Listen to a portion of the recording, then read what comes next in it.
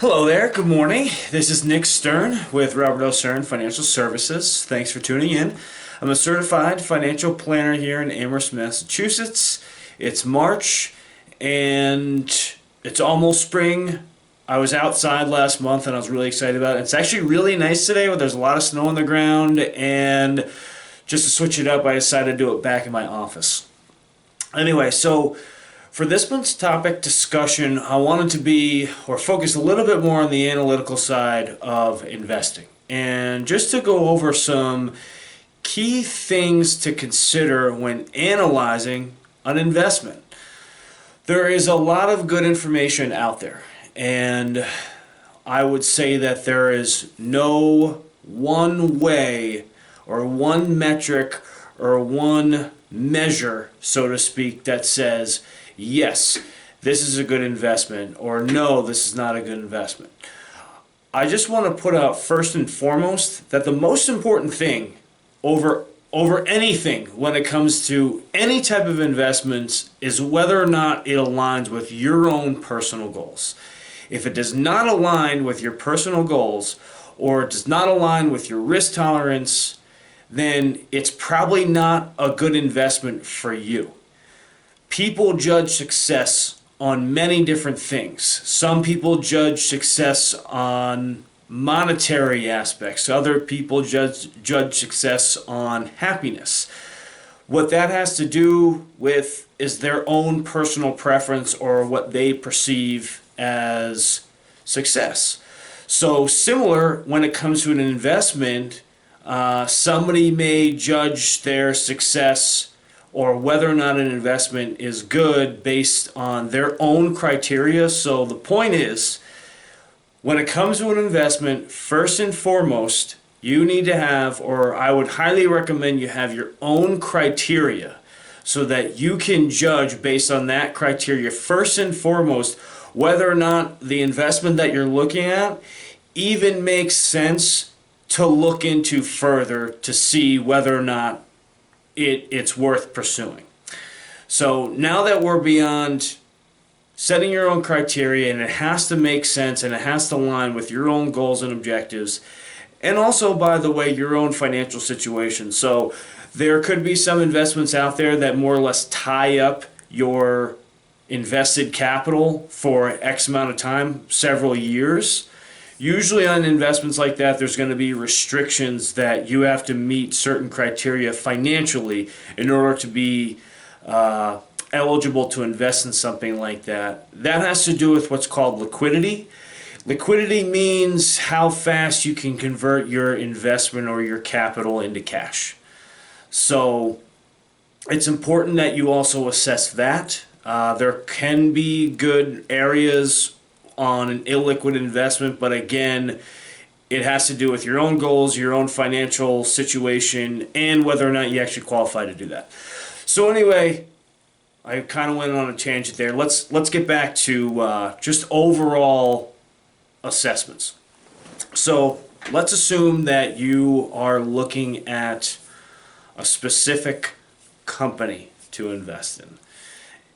So there, again, is a lot of information out there. There are certain websites that have certain TV shows that provide recommendations.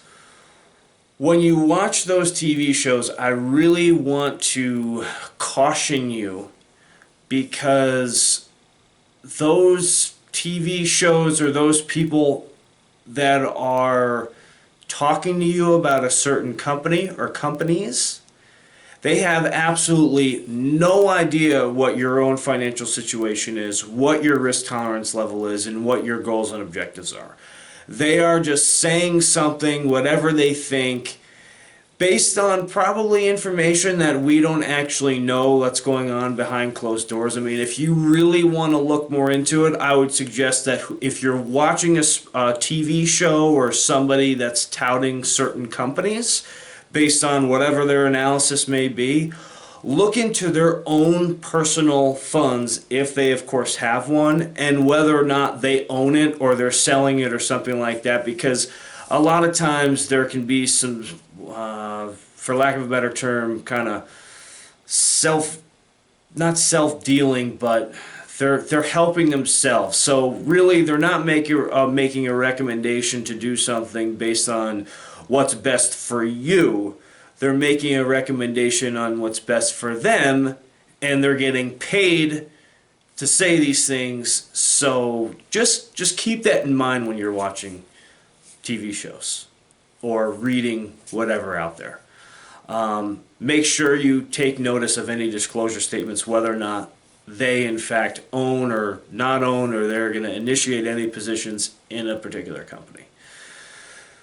When it comes to analyzing a company, there are some very common metrics that you can use.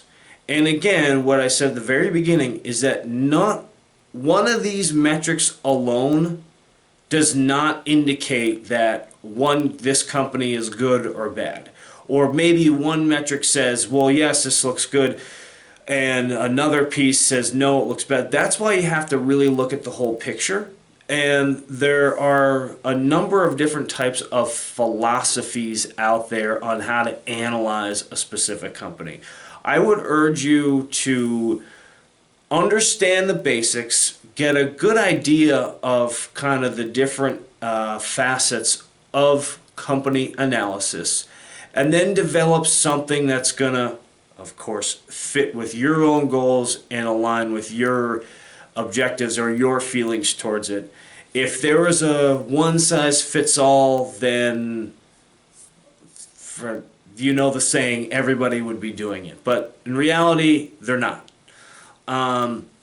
So when you're looking at these companies, it is important to go beyond what your TV show person is saying or what an analyst is saying. Look at the balance sheet. That information is public. You can do that. Look at their income statement, their cash flow statements. Look at all this and see what it is. Yes, you want to look at certain ratios. It's important to know that, but don't just look at one or two ratios. Look at them collectively. Look at how it's done over a longer period of time. Or don't just look at a company and say, well, this company looks like it's doing well because it's in a high and fast-growing space, so that means it's going to be pretty good. I'm sure people or investors have done things like that, and I'm sure to some degree it's worked. However, there are certain factors that go into that where basically if a company is trending upwards and a situation or a bad piece of media comes out, or they don't exceed their expectations, then there can be significant volatility in that. Of course, that goes both ways, up or down, but when they particularly underachieve what's expected of them, it can cause significant volatility, and a lot of times that volatility is caused by the underlying fundamentals of the company does not support what the company is trending.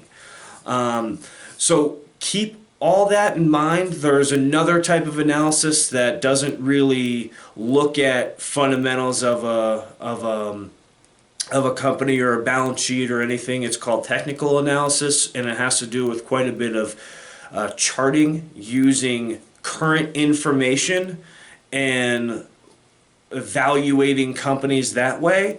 That's just a separate way of thinking. What could work for you is using a combination of both. Both look at companies from a different aspect, and sort of to some degree everything works and nothing works. It really has to do with your own personal analysis and what you feel is going to work best for you. Because again, there's no one size fits all. Just overall, I would just highly urge you to don't just take somebody's word for it. You really should be doing your own research. If you're working with an advisor, of course, feel free to ask them. They should be able to explain why the investment works. If that's somebody that you trust, just ensure that whatever they're doing aligns with your own personal goals and objectives. So with all that being said, I hope this is helpful. If anybody has any more specific questions, I'm happy to answer them. Of course, there's no obligation. These videos, just to let you know, are for general and informational purposes. There's nothing specific. I just wanted to let you know that. So thanks for tuning in. I really appreciate it, and I look forward to seeing you in April. And happy spring.